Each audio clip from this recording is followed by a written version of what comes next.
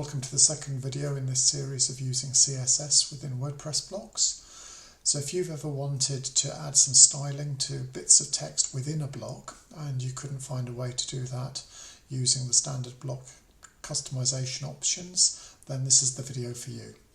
We're going to go into looking at CSS and how to apply it to specific bits of text and which CSS styling options work. So if that's the kind of thing you're interested in doing, then this is the video for you. And of course, don't forget to like and subscribe to the channel because it helps keep the thing going, and you might find some other content you find interesting. Anyway, let's dive in and see how to use CSS to style text within a block.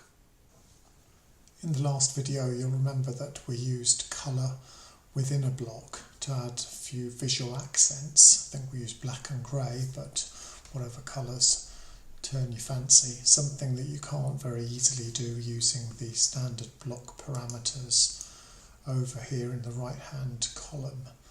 So in this video we're just going to take that idea a little bit further. I've got an H4 heading block over here and we're just going to edit it as HTML. You'll remember this if you'd already watched the previous video. So, same as before, we're going to find some text that we want to highlight, so perhaps my apps are intuitive, and we're going to wrap that text with something called a span tag. Our tags are these things that are inside less than and greater than sign symbols.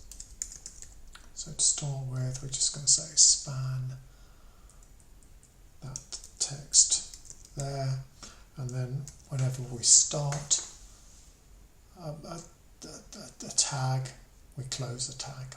So like that. If we edit that visually, then obviously absolutely nothing happens because we haven't told it what to do. What we're going to do this time is we're going to add like a highlight background colour.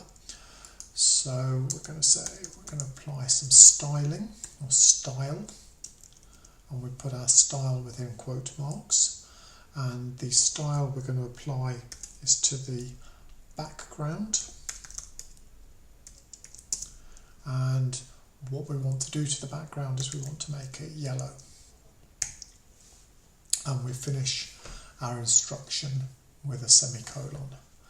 If we now edit that visually, you see we get this kind of like yellow marker background effect. Really easy to do, quite effective, and something you can't do using the standard block parameters. So that's great. Within most of the editing bars, or ribbons as some people call them, up here, you standardly get bold and italic. What seems to be missing is indeed underline. So we've got all of these interesting ways of editing our heading, but we can't choose to underline a small amount of text. So for instance, perhaps we want to underline in business. No surprises, again we're going to edit this as HTML, and we're going to find our bit of text here in business and we're going to wrap it in a tag. This time though, we're not going to use our friend the span tag, we're going to use the underline tag. Go to the end of where we want to underline. Try not to make any typos, and we use a closing tag, as you've done previously, / tag name. If we now edit that visually, you can see we've got in business or at home underlined, and then we've got our span tag. Brilliant. One final idea for you, and there are of course countless ways of doing this. If you want a more definitive list of possible ways of styling text, drop me a message by email or leave a message in the comments below, and I'll happily perhaps put together a crib sheet if people want that. But let's say we had this tag over here, our H2 tag, and perhaps we wanted to use like a red accent marker down one side of it. Pretty common way of accenting text. So again, edit as HTML, and then within the H2 tag that WordPress has kindly put in, we're going to wrap, you've guessed it, our text in a span like that.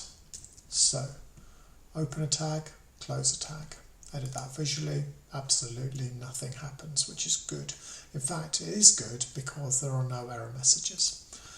So let's edit that as HTML again, and as we've done several times now and you'll be expert at doing, we're going to apply the style tag like that. I'm going to test it. No messages, no problems, nothing bad happens. And then we're going to edit that as HTML, and we're going to use a new style command called border, and we're going to make it red. Oh, and then nearly forgot, end of a styling option, put a semicolon to say we've finished entering parameters for our border. We edit that and absolutely nothing happens, which is not cool. So why is that the case? So we go to there. That's because we haven't told it what sort of border to create. So previously it was enough to say background is one colour, or text foreground colour is a different colour, and it was just about the colour. But a border can have a number of different options to it. So for instance, firstly, it can have a size, so it can be 1 pixel wide or 5 pixels wide, as we're going to use here.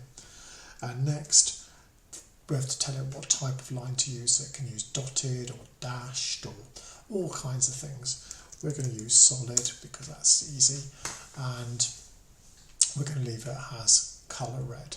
So we've had to be a little bit more specific in how we define our border. We've told it what kind of line to use, solid line. We've told it how wide to make that solid line, and we've told it what colour to make it as well. And now, because we've told WordPress more specifically and accurately what we want, then we've now got a border. Neat. Okay, but that's not what we really set out to do. What we wanted to do was just have a left-hand accent. If we go back into editing HTML, which you'll now be able to do in your sleep, there's a way of making a border more specific, and that's to tell it which part of the text that's within the span to wrap the border around. And in this instance, we're going to say, just put a border on the left-hand side. Don't worry about the other sides of the square. And just to show the difference, we're going to make it 10 pixels. Try that, and there you go. So border wider, 10 pixels now, still in red, down the left hand side. Really easy, really simple to do. One drawback with this is that if you upgrade the template or change the theme, various things like that, anything that's basically going to destroy the page, or if you delete the page and create a new page, you're going to have to remember all of the styling that you applied and where you put it, which is perhaps not great. So you might want to keep a change log of the pages you've added styling to and what you wrote down. That would be one solution. A different solution is to store your CSS within a CSS file, CSS being these tag things that we've been introducing. And how you do that is going to be the subject of the next little video in this customizing WordPress for beginners, what is becoming, I suppose, a course really, if we hit 3 videos. Anyway, hopefully that's useful. If it is, please don't forget to like and subscribe to the channel, just in case I ever do get around to making a 3rd video. And finally, if you want, oh yes, that's right, finally, if you want the crib sheet, drop me a message, let me know. I'll happily write something and send it out to you. No problems at all. Anyway, hope you don't break too many things using this, and see you in the next video.